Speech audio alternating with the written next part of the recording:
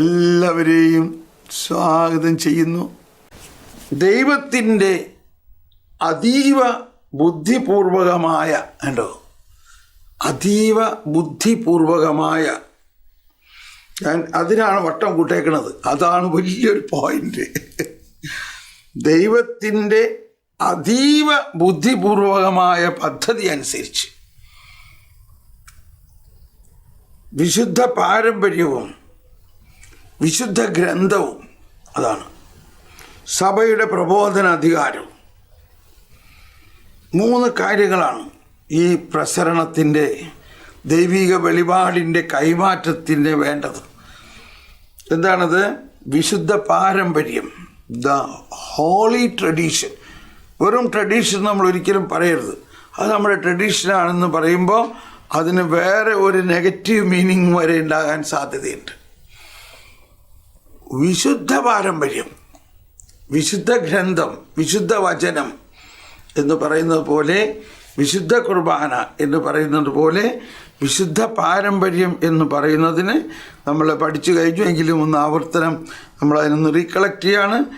ഇപ്പോൾ നമ്മൾ പറഞ്ഞു, ഈശോ ഉയർത്തെഴുന്നേറ്റ ഈശോ അവരോടൊപ്പം 40 ദിവസം താമസിച്ചു. അതിലൊരു ദിവസത്തെക്കുറിച്ചാണ് നമ്മൾ സുവിശേഷത്തിൽ കാണുന്നുള്ളൂ. യോഹന്നാൻ്റെ സുവിശേഷത്തിൽ തെബേരിയോസ് കടപ്പുറത്ത് കണ്ട വിസ്മയം. അപ്പോൾ 40 ദിവസം അവിടെ എന്താ നടന്നിരിക്കുന്നത്? എന്തുകൊണ്ട് അതൊന്നും എഴുതിയില്ല? അത് എഴുതാനോ വാക്കുകളിലോ ഒന്നും അവതരിപ്പിക്കാൻ സാധിക്കില്ല എന്നുള്ളതാണ് അതിൻ്റെ കാര്യം. നമ്മൾ ദൈവത്തെക്കുറിച്ച് പറയുന്നതും, ഇപ്പോൾ സ്വർഗത്തെക്കുറിച്ച് പറയണു, നിത്യജീവിതത്തെക്കുറിച്ച്, ഇതൊക്കെ വാക്കുകളിൽ പറഞ്ഞതുകൊണ്ട് അത് മുഴുവനും മനസ്സിലാകുന്നുണ്ടോ? പറയാൻ പറ്റുമോ? വാസ്തവത്തിൽ നമ്മൾ പറയാൻ ശ്രമിക്കുന്നു എന്നേ ഉള്ളൂ. ഇവിടെ എവിടെയോ പ്രബോധനത്തിലുണ്ട്, we are only trying to understand God. അതുകൊണ്ടാണ് സങ്കീർത്തനത്തിൽ പറയുന്നത്, 19-ാം സങ്കീർത്തനം, പ്രഥമ സങ്കീർത്തനം പറയുമ്പോൾ ഇതാണ് പരിശുദ്ധാത്മാവ് പറയുന്നത്. കണ്ടു, ഇപ്പം എന്തിനാ ഈ 19-ാം സങ്കീർത്തനം പരിശുദ്ധാത്മാവ് തോന്നിപ്പിക്കണത്? ഇങ്ങനെയാണ് പരിശുദ്ധാത്മാവ് നയിക്കണമെന്ന് പറഞ്ഞത്. നമ്മളത് കുർബാനയിൽ പാടാറുള്ളൊരു സങ്കീർത്തനമാണ്. എന്താണ് കുർബാനയിൽ പാടുന്നത്? അമ്പരമനവരതം ദൈവമഹത്വത്തെ വാഴ്ത്തി പാടുന്നു, തൻകരവിരുതല്ലോ വാനവിധാനങ്ങൾ. ഉണ്ടോ? എന്തിനാണ് ഈ സങ്കീർത്തനം അവിടെ പാടുന്നത്? വചന വായനയ്ക്ക് മുമ്പാണത്. എന്തുകൊണ്ടാണ് വിശുദ്ധ വചന വായനയ്ക്ക് മുമ്പ് അത് പാടുന്നത്? ഈ ആകാശവും ഈ വാനവിധാനങ്ങളും ഈ സൃഷ്ടിപ്രപഞ്ചവും എല്ലാം അങ്ങയുടെ കരവിരുതാണ്. അതുകൊണ്ട് ആ സൃഷ്ടിപ്രപഞ്ചം മുഴുവനും അങ്ങയെ പാടി സ്തുതിക്കുന്നു. തൻ കരവിരുതല്ലോ. അപ്പോൾ എന്താണ് തൻ കരവിരുത് എന്ന് പറയണത്? തൻ കരവിരുത് എന്ന് പറയുന്നത് അങ്ങയുടെ വചനമാണ്. അങ്ങയുടെ വചനത്തിലൂടെയാണ് ഇതിനെല്ലാം അങ്ങ് സൃഷ്ടിച്ചത്. She is so expert now. അപ്പോൾ അത് കഴിഞ്ഞിട്ട് ഈ വചനത്തിനെ കുറിച്ച് അവിടെ പറയുന്നത് കണ്ടോ? ഈ വചനം ആകാശം ദൈവം. അപ്പോൾ അതെല്ലാം സമയം അതിൻ്റെ 4-ാമത്തെ വചനത്തിൽ പറയുകയാണ്, ഭാഷണമില്ല, വാക്കുകളില്ല, ശബ്ദം പോലും കേൾക്കാനില്ല. ഇതാണ് എനിക്ക് പറയാനുള്ളത്. ഈ ദൈവം നമ്മളോട് സംസാരിക്കുമ്പോൾ, ഈ വചനം നമ്മളിലേക്ക് പ്രസരിക്കുമ്പോൾ, ഈ വചനത്തിൻ്റെ പ്രസരണത്തിൻ്റെ ഒരു മാർഗമാണ് ഈ പറയണത്.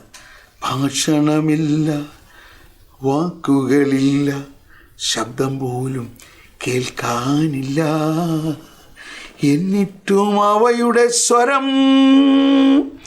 കണ്ടോ? സ്വരം. അതെങ്ങനത്തെ സ്വരമാണത്? ആ സ്വരം ഭാഷണമില്ല, വാക്കുകളില്ല, ശബ്ദം പോലും കേൾക്കാനില്ല, എന്നിട്ടും അവയുടെ സ്വരം ഭൂമിയിലെങ്ങും വ്യാപിക്കുന്നു, അവയുടെ വാക്കുകൾ ലോകത്തിൻ്റെ അതിർത്തിയോളം എത്തുന്നു. കണ്ടോ?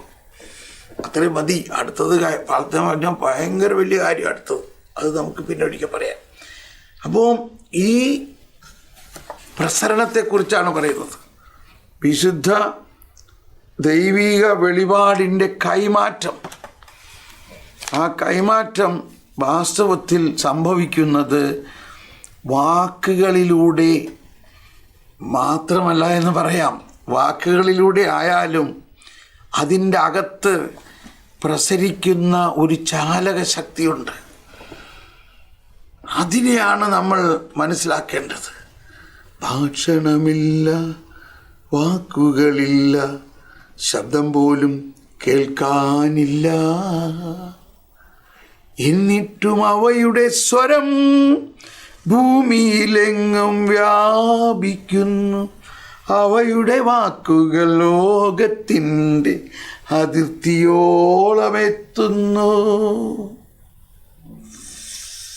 അപ്പോൾ ശരിക്കും പറയുകയാണെങ്കിൽ പിന്നീട് അതൊക്കെ നമ്മൾ പഠിക്കും. സങ്കീർത്തനങ്ങളിലാണ് ഈ ക്രിസ്തു വിജ്ഞാനീയത്തിൻ്റെ റൂട്ട്, അതിൻ്റെ വേരുകൾ, അതിൻ്റെ വലിയ രഹസ്യം കിടക്കുന്നത്. അപ്പോൾ ക്രിസ്മസ് എന്നുള്ളത് കൊണ്ട് ഈശോ ജനിച്ചു.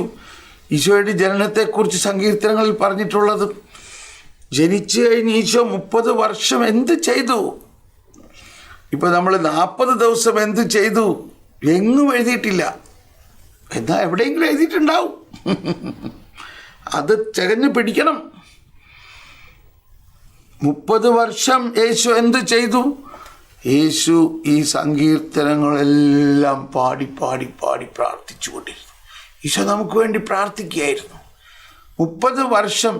ഞാൻ പറയും, ധൃതി പിടിച്ച് നിങ്ങൾ ആരും സുവിശേഷ പ്രഘോഷണത്തിന് ഓടരുത്. ആദ്യം ഈ സുവിശേഷം നമ്മുടെ ആത്മാവിൽ നിറയണം. 30 വർഷം നിങ്ങൾ ഇരുന്ന് പ്രാർത്ഥിക്കണം. ഒരു 30 വർഷമെങ്കിലും ആകണം. അപ്പോൾ ആ കാലഘട്ടത്തിൽ നമ്മൾ സുവിശേഷം പഠിക്കണം, വചനം പഠിക്കണം, സങ്കീർത്തനങ്ങൾ പഠിക്കണം. എന്താണ് നമ്മുടെ ദൗത്യം, അതിനുവേണ്ടി പ്രാർത്ഥിക്കണം. അപ്പം ദൈവത്തിൻ്റെ അതീവ ബുദ്ധിപൂർവകമായ സംസാരിക്കുന്നു, രാത്രിക്ക് വിജ്ഞാനം പകരുന്നു. കണ്ടോ? എനിവേ, അപ്പോൾ അതീവ ബുദ്ധിപൂർവകമായ, അപ്പോൾ ഇവിടെ ഇത് അതീവ ബുദ്ധിപൂർവമായ ഇത് ഞാൻ പല പ്രാവശ്യം വായിച്ചപ്പോഴെല്ലാം എൻ്റെ മനസ്സിൽ വരുന്നത് ആ ജ്ഞാനത്തിൻ്റെ പുസ്തകത്തിൽ 7-ാം അധ്യായത്തിൽ ജ്ഞാനം 7:14 അത് പല പ്രാവശ്യം എൻ്റെ മനസ്സിൽ വരികയാണ്. അതുകൊണ്ട് ഞാനത് പറയാതിരിക്കാൻ നിവൃത്തിയില്ല. ജ്ഞാനം 7:14 പറയുന്നത് ആ ജ്ഞാനം ഒരു അക്ഷയനിധിയാണെന്നുള്ളതാണ്. ജ്ഞാനം എന്താണ്? അക്ഷയനിധിയാണ്. കണ്ടോ? ഇപ്പം നമ്മൾ പറഞ്ഞില്ലേ, അനശ്വരം, അക്ഷയം. അത് അക്ഷയനിധിയാണ്. അത് സിദ്ധിച്ചവർ ദൈവത്തിൻ്റെ സൗഹൃദം നേടുന്നു. അത് മനുഷ്യർക്ക് അക്ഷയനിധിയാണ്. ജ്ഞാനം സിദ്ധിച്ചവർ ദൈവത്തിൻ്റെ സൗഹൃദം നേടുന്നു. അവളുടെ പ്രബോധനം അവരെ അതിന് യോഗ്യരാക്കും. അത് അക്ഷയനിധിയാണ്.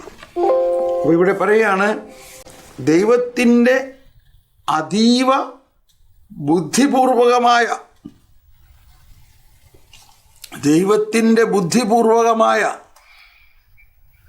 പദ്ധതി അനുസരിച്ച് ഇനിയാണ് 3 കാര്യങ്ങൾ. വിശുദ്ധ പാരമ്പര്യവും, വിശുദ്ധ പാരമ്പര്യത്തെക്കുറിച്ച് പഠിക്കുന്നതാണ് നമ്മളുടെ ഇപ്പോൾ ഈ കാറ്റക്കിസത്തിൽ നമ്മൾ അതൊക്കെയാണ് പഠിക്കുന്നത്. ഇത് സാവധാനം പഠിച്ചു വരുമ്പോൾ നമുക്കിതൊക്കെ മനസ്സിലാവും. പഠിച്ചു വരുമ്പോൾ നമുക്കറിയാം ഇത് ബൈബിളിലില്ലാത്ത കാര്യമാണല്ലോ. അപ്പോൾ ബൈബിളിലെല്ലാം ഇല്ല. എന്തുകൊണ്ട്? ബൈബിള് ഈശോ പറഞ്ഞ കാര്യങ്ങളെക്കുറിച്ച് അപ്പസ്തോലന്മാർ എഴുതിയതാണ്. എന്നാൽ ഈ യോഹന്നാൻ ശ്ലീഹ തന്നെ എഴുതിയിട്ടുണ്ട്. അത് മുഴുവനും ബൈബിളിൽ എഴുതിയിട്ടില്ല. അപ്പോൾ ഇത് നമ്മൾ മനസ്സിലാക്കണം. ദൈവിക വെളിപാടിൻ്റെ കൈമാറ്റ സമയത്ത് നമ്മൾ മനസ്സിലാക്കണം, ബൈബിളിൽ മത്തായി, മർക്കോസ്, ലൂക്കാ യോഹന്നാൻ്റെ സുവിശേഷ ഭാഗങ്ങളിൽ യേശു പറഞ്ഞിരിക്കുന്ന കാര്യങ്ങളുടെ വളരെ ചുരുക്കം മാത്രമേ ചെയ്തിട്ടുള്ളൂ, വളരെ ചുരുക്കം. ഉദാഹരണത്തിന്, അതായത് യോഹന്നാൻ 21 അധ്യായമുള്ളത്, അതിൽ 13-ാം അധ്യായത്തിൽ അന്ത്യ അത്താഴവേളയാണ്. 13-ാം അധ്യായം സിമ്പിളായിട്ട് എല്ലാവർക്കും ചിന്തിക്കാവുന്ന കാര്യമേ ഉള്ളൂ. 13 അന്ത്യത്താഴം. അത് കഴിഞ്ഞിട്ട് അന്ത്യത്താഴം കഴിഞ്ഞ് ആ പീഠാനുഭവ രാത്രിയിലേക്കുള്ള പ്രവേശനത്തിൻ്റെ ആ സമയം, ആ ഒരു വൈകുന്നേരത്തെ കാര്യമാണ് 13, 14, 15, 16, 17, 18. 6 അധ്യായങ്ങൾ. 21 അധ്യായങ്ങളിൽ 6 അധ്യായം ഒരു വൈകുന്നേരത്തെ കാര്യമാണ്.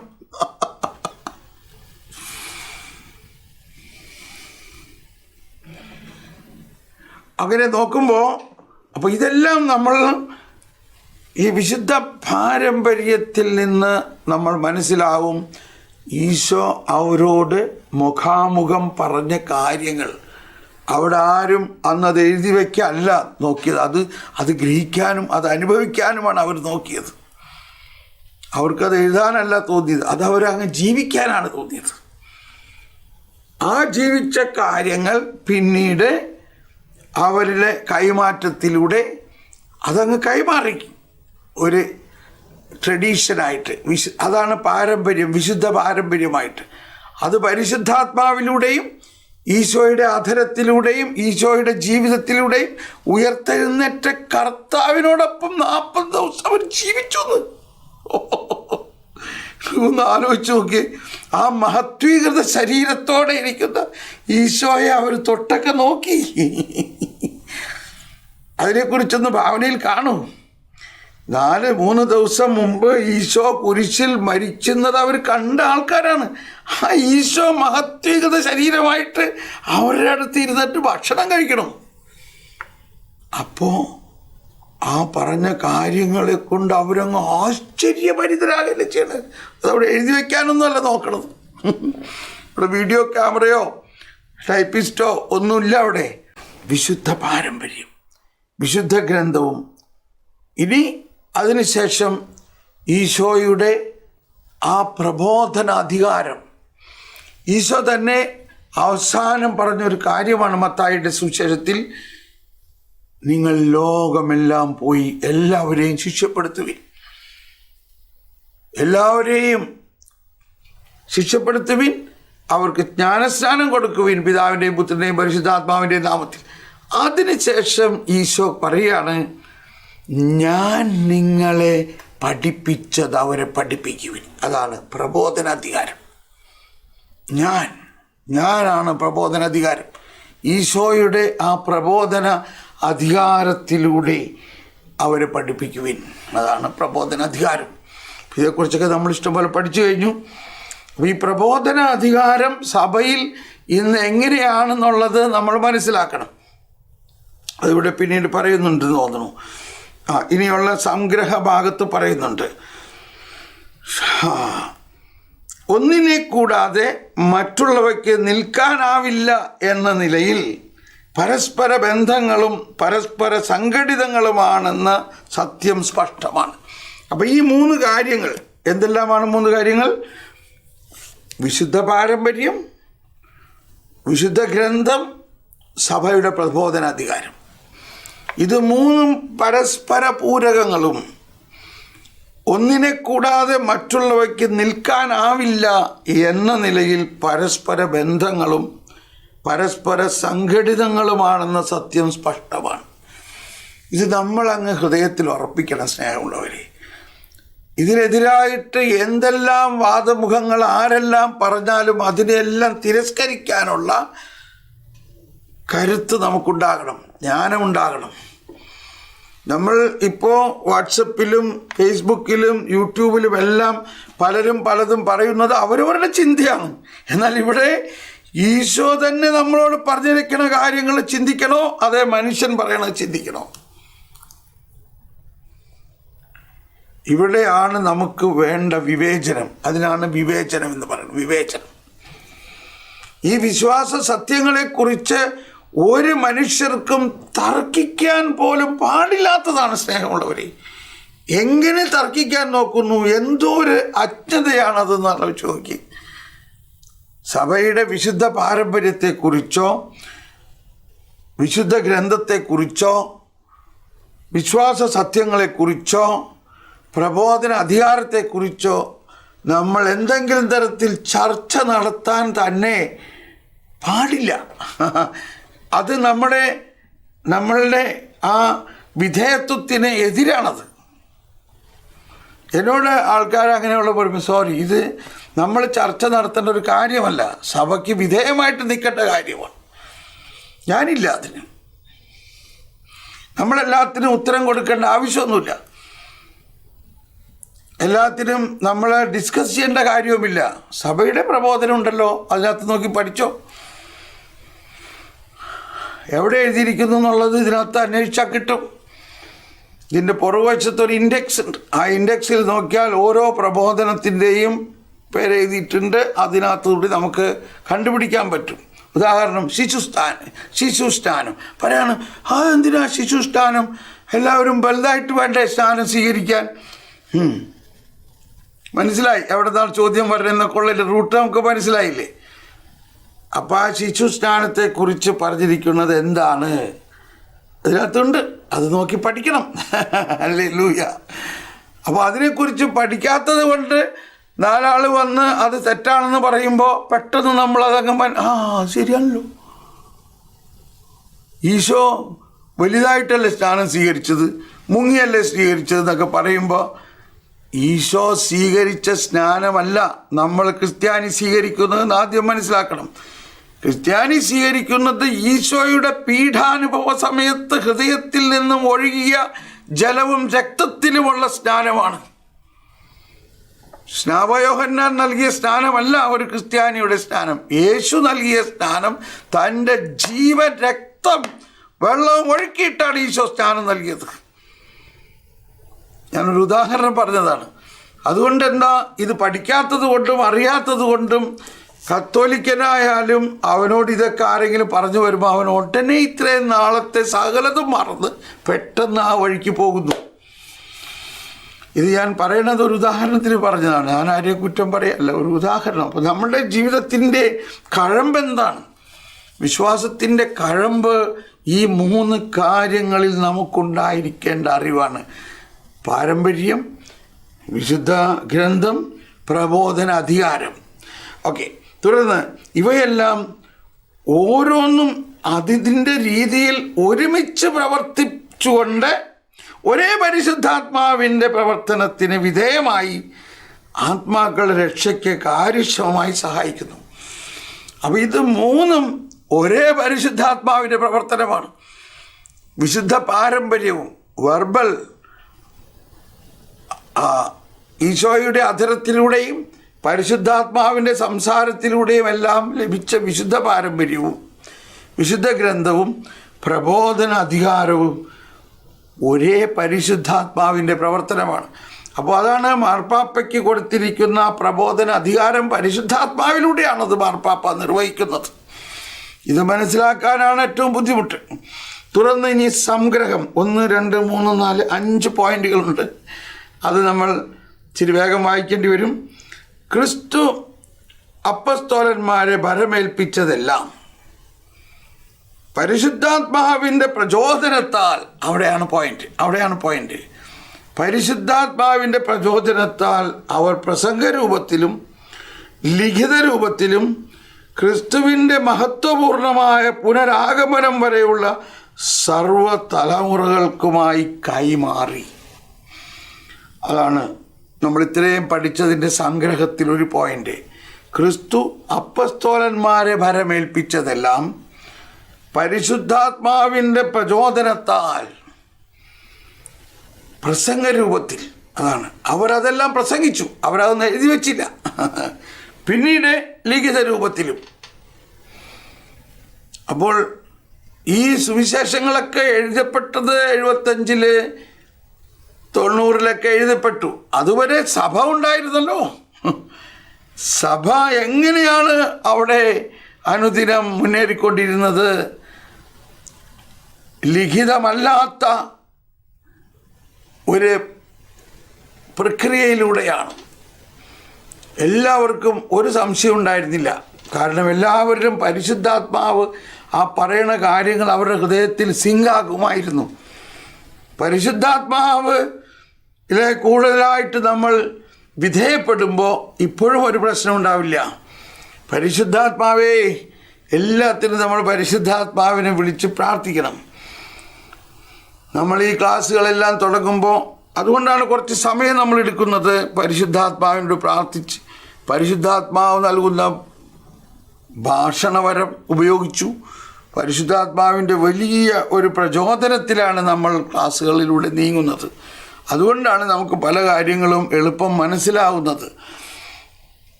97 വിശുദ്ധ പാരമ്പര്യവും വിശുദ്ധ ഗ്രന്ഥവും ചേർന്ന് ദൈവവചനത്തിൻ്റെ ഏക വിശുദ്ധ നിക്ഷേപത്തിന് രൂപം കൊടുക്കുന്നു. അപ്പോൾ വിശ്വാസ നിക്ഷേപം എന്ന് പറയുന്നത്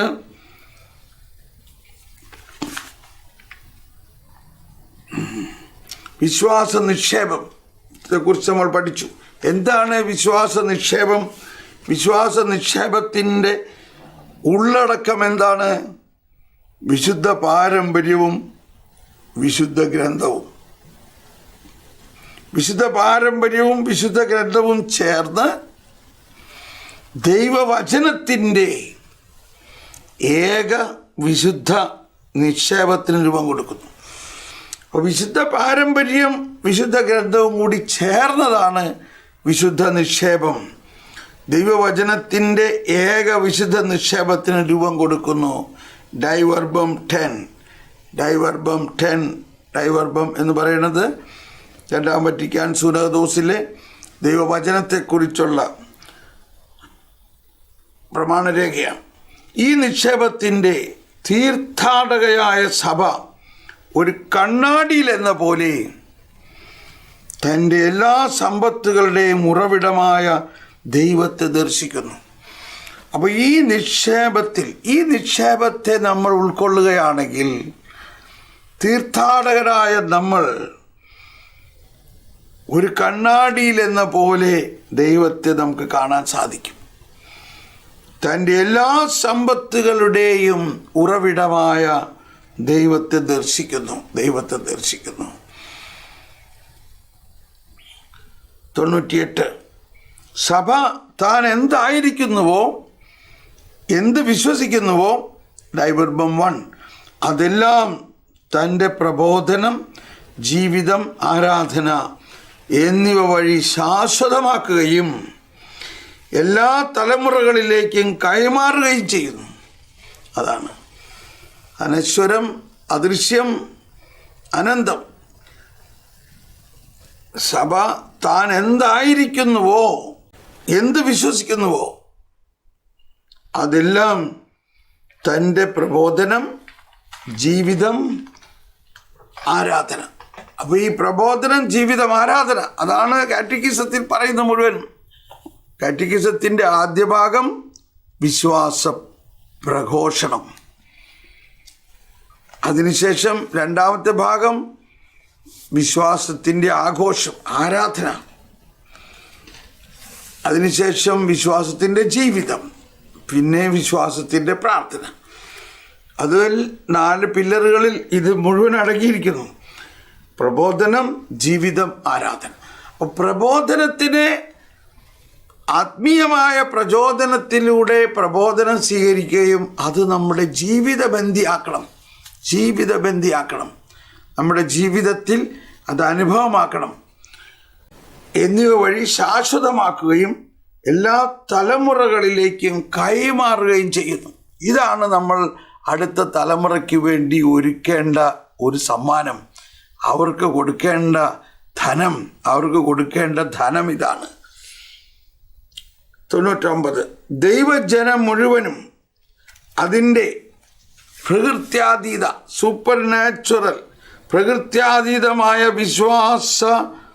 വിശ്വാസ അവബോധം വഴി ദൈവിക വെളിപാടാകുന്ന ദാനം അനവരതം സ്വീകരിക്കുകയും കൂടുതൽ ആഴത്തിൽ അതിൻ്റെ അർത്ഥം ഗ്രഹിക്കുകയും കൂടുതൽ പൂർണ്ണമായി അത് ജീവിതത്തിൽ പകർത്തുകയും ചെയ്യുന്നു. Praise the Lord. ദൈവജനം എന്ന് പറഞ്ഞാൽ സഭ മുഴുവനും അതിൻ്റെ പ്രകൃത്യാതീതമായ വിശ്വാസാവബോധം വഴി, അപ്പോൾ ഈ വിശ്വാസ നിക്ഷേപത്തിന് ഒരു സൂപ്പർ നാച്ചുറൽ, പ്രകൃത്യാതീതമായ ഒരവസ്ഥയുണ്ട്, എ സൂപ്പർ നാച്ചുറൽ സെൻസ്. ആ സൂപ്പർ നാച്ചുറൽ സെൻസിലാണ് എല്ലാം ചിന്തിക്കേണ്ടത്. എന്തു പറ്റുന്നു? നമ്മൾ ചെറുപ്പം മുതലേ നാച്ചുറൽ സെൻസിലാണ് പഠിക്കുന്നത്. നമ്മൾ നാച്ചുറൽ സയൻസ് പഠിക്കുന്നു, നമ്മൾ സൃഷ്ടിയെക്കുറിച്ച് പഠിക്കുന്നു. നമ്മൾ പഠിക്കുന്ന biology, zoology, chemistry, botany, physics, ഇതെല്ലാം ദൈവം സൃഷ്ടിച്ച നേച്ചറിനെ കുറിച്ചാണ് പഠിക്കുന്നത്. എന്നാൽ സൃഷ്ടാവിനെ കുറിച്ച് പഠിക്കാനുള്ള പള്ളിക്കൂടം വേറെ ഉണ്ടാക്കണം. ഇനി അബദ്ധം പറ്റിപ്പോയി. പള്ളിക്ക് ഒരു പള്ളിക്കൂടം വേണമെന്ന് പറഞ്ഞ് തുടങ്ങി. അവസാനം അതിൽ പഠിക്കണതൊന്നും പള്ളിക്കാര്യമല്ല, ദൈവത്തിൻ്റെ കാര്യമേ അല്ല. നല്ല ശമ്പളത്തിൽ ടീച്ചർമാരൊക്കെ ഉണ്ട് പള്ളിക്കൂടത്തിൽ. അവർ ഈ ദൈവത്തിൻ്റെ കാര്യം കൂടി പഠിപ്പിക്കാനുള്ള ശമ്പളമാണ് അവർക്ക് കിട്ടുന്നത്. പക്ഷേ അവർക്ക് തന്നെ അത് അറിയണ്ടേ, അതിനുള്ള ഫോർമേഷൻ വേണ്ടേ, അതിനവർക്ക് ട്രെയിനിങ് കൊടുക്കണ്ടേ. ഇതൊക്കെ ഇനി വരാൻ പോണ കാലത്ത് ഉണ്ടാകേണ്ടിയിരിക്കുന്നു.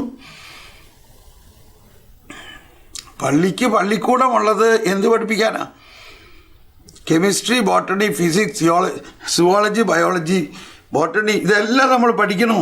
അവിടെ ദൈവത്തെക്കുറിച്ചും ദൈവവചനത്തെക്കുറിച്ചും പഠിക്കാൻ ഒരു സംവിധാനം, അറ്റ്ലീസ്റ്റ് ഒരു ഈവനിങ് ക്ലാസ് എങ്കിലും. എന്തുകൊണ്ട് കത്തോലിക്ക പള്ളിക്കൂടത്തിൽ 1 മണിക്കൂർ എല്ലാ ദിവസവും ബൈബിൾ പഠിപ്പിക്കാൻ ആവശ്യമുള്ളവർക്ക് വന്നാൽ മതി എന്നെങ്കിലും പറഞ്ഞിട്ട് ഒരു ക്ലാസ് നമുക്കിടാൻ തോന്നുന്നുണ്ടോ? അതിനാഗ്രഹം മാതാപിതാക്കൾക്കുണ്ടോ? ഇതൊക്കെ വ്യത്യാസം വരണം. അപ്പോൾ അതാണ് പ്രകൃത്യാതീത വിശ്വാസാവബോധം വഴി ദൈവിക വെളിപാടാകുന്ന ദാനം അനവരതം സ്വീകരിക്കാനും കൂടുതൽ ആഴത്തിൽ അതിൻ്റെ അർത്ഥം ഗ്രഹിക്കാനും കൂടുതൽ പൂർണ്ണമായി അത് ജീവിതത്തിൽ പകർത്തുകയും ചെയ്യണം. അപ്പോൾ ഒരു സഹോദരി പറയുന്നത്, എൻ്റെ ബ്രദറെ, എൻ്റെ അടുത്തൊരു മതബോധന അധ്യാപിക, 10ാം ക്ലാസ്സിൽ മതബോധന അധ്യാപിക, പക്ഷെ അവരോട് ഞാൻ ഈ കാറ്റക്കിസം ഓഫ് കാത്തലിക് ചർച്ചിനെ കുറിച്ച് പറഞ്ഞിട്ട് അവർക്ക് അറിയില്ല. 10ാം ക്ലാസ്സിൽ കാറ്റക്കിസം പഠിപ്പിക്കുന്ന നമ്മുടെ മതബോധന അധ്യാപികയ്ക്ക് ഇത് കുറ്റം പറയല്ല, നമ്മൾക്ക് ഡെവലപ്മെൻറ്റ് ചെയ്യേണ്ട കാര്യമാണത്. അവർക്ക് ഇങ്ങനെ ഒരു മതബോധന ഗ്രന്ഥമുണ്ട്, അതിനെക്കുറിച്ച് ഇതുവരെ അറിവ് കിട്ടിയിട്ടില്ല. അപ്പോൾ ഇവള് അത് പറഞ്ഞ് മനസ്സിലാക്കിയതിനെക്കുറിച്ച് അപ്പോൾ അവർ ആശ്ചര്യപ്പെടും, അങ്ങനെ ഒന്നുണ്ടല്ലേ, എന്നാൽ അത് വേഗം പഠിക്കണം. 100ാമത്തെ നമ്പറിൽ പറയുകയാണ്, ദൈവവചനം സത്യസന്ധമായി വ്യാഖ്യാനിക്കുവാനുള്ള ചുമതല, പ്രൈസ് ദ ലോർഡ്, സഭയുടെ പ്രബോധന അധികാരത്തിൽ, അതായത് മാർപ്പാപ്പയ്ക്കും അദ്ദേഹവുമായി ഐക്യത്തിൽ വർത്തിക്കുന്ന മെത്രാന്മാർക്കും മാത്രമാണ് നൽകപ്പെട്ടിരിക്കുന്നത്. അതെന്തിനാണെന്ന് വെച്ചാൽ ആ പ്രബോധന അധികാരത്തിലൂടെ ഈശോയുടെ തന്നെ പ്രബോധന അധികാരവും പരിശുദ്ധാത്മാവിൻ്റെ പ്രചോദനത്തിലൂടെ പ്രസരിക്കുന്നത് വിട്ട് മാനുഷികമായ ബോധ്യങ്ങളിലൂടെ അതിനെ വ്യാഖ്യാനിക്കരുത്. അത് നമ്മളെ പഠിപ്പിക്കാൻ വേണ്ടിയായിരിക്കും ഈ പ്രൊട്ടസ്റ്റന്റിസം ഉണ്ടായത്. സഭയിൽ പ്രൊട്ടസ്റ്റന്റിസം എന്തുകൊണ്ടുണ്ടായി? ഒരു കാരണം നമുക്ക് മനസ്സിലായി. അവർ വചനം വ്യാഖ്യാനിക്കുന്നത് എങ്ങനെയാണെന്നും ആ വചന വ്യാഖ്യാനം എല്ലാവരുടെയും സ്വാതന്ത്ര്യത്തിൽ വ്യാഖ്യാനിച്ചപ്പോൾ ആരംഭിച്ച പ്രൊട്ടസ്റ്റന്റ് സഭ 3000, 4000, 10,000 സഭകളായിട്ട് മാറി. എന്നാൽ കത്തോലിക്ക സഭ ഇന്നും വലിയ ഒരു സ്തംഭമായി നിലകൊള്ളുന്നത് ഈ പ്രബോധന അധികാരം വിട്ട് ആരെന്തെങ്കിലും പ്രശ്നം ഉണ്ടാക്കുന്നുണ്ടോ അവർക്ക് ഈ പ്രബോധന അധികാരത്തിന് കീഴ്വഴങ്ങണം. അപ്പോൾ ഈ പ്രബോധന അധികാരം പരിശുദ്ധാത്മ നിവേശിതമാണ്. അത് മാർപ്പാപ്പയോട് വിധേയപ്പെട്ടിരിക്കുന്ന എല്ലാ മെത്രാന്മാരിലൂടെയും 5000 മെത്രാന്മാരുണ്ട്. എന്നാലും നമ്മൾ കേൾക്കാം ഒരു മെത്രാൻ സഭ വിട്ടു പോയി എന്ന് കേൾക്കാം. 5000 മെത്രാനിൽ ഒരു മെത്രാൻ സഭ വിട്ടു പോയി, പല കാരണങ്ങളുണ്ടാവും. എന്നിട്ട് അദ്ദേഹം അവിടെ ഇരുന്നുകൊണ്ട് പലതും എഴുതിയായിരിക്കാണ്. അപ്പം അതാണ് ആളുകൾക്ക് വലിയ ആവേശം കേൾക്കാൻ. ഇതാണ് ഇപ്പോൾ ഒരു ക്യാമറ ഉണ്ടെങ്കിൽ ആർക്കും വേണമെങ്കിലും ഉണ്ടാക്കാമല്ലോ ഇങ്ങനത്തെ കാര്യങ്ങൾ. എന്നിട്ട് യൂട്യൂബ് ഫ്രീ ആയിട്ട് കിടക്കുകയാണ്, ആർക്കും വേണമെങ്കിലും എഴുതി വിടാം. പൊതുമാധ്യമങ്ങൾക്ക് ആഘോഷമായി. ഇവിടെ നമ്മൾ ബുദ്ധി ഉപയോഗിക്കണം. സഭയുടെ 5000 ബിഷപ്പുമാരും സഭയുടെ പ്രബോധന അധികാരത്തിന് വിധേയമായി നിൽക്കുന്നു. ആ വിധേയമായി നിൽക്കുന്ന ആ സഭയുടെ എല്ലാ ബിഷപ്പുമാരും മാർപ്പാപ്പയ്ക്ക് വിധേയമായി നിൽക്കുന്ന ആ വിധേയത്വത്തിലൂടെയാണ് നമ്മൾ നീങ്ങേണ്ടത്. ഇതോടെ നമ്മൾ അങ്ങനെ ഇത് അവസാനിപ്പിക്കുകയാണ്. Praise the Lord. God bless you.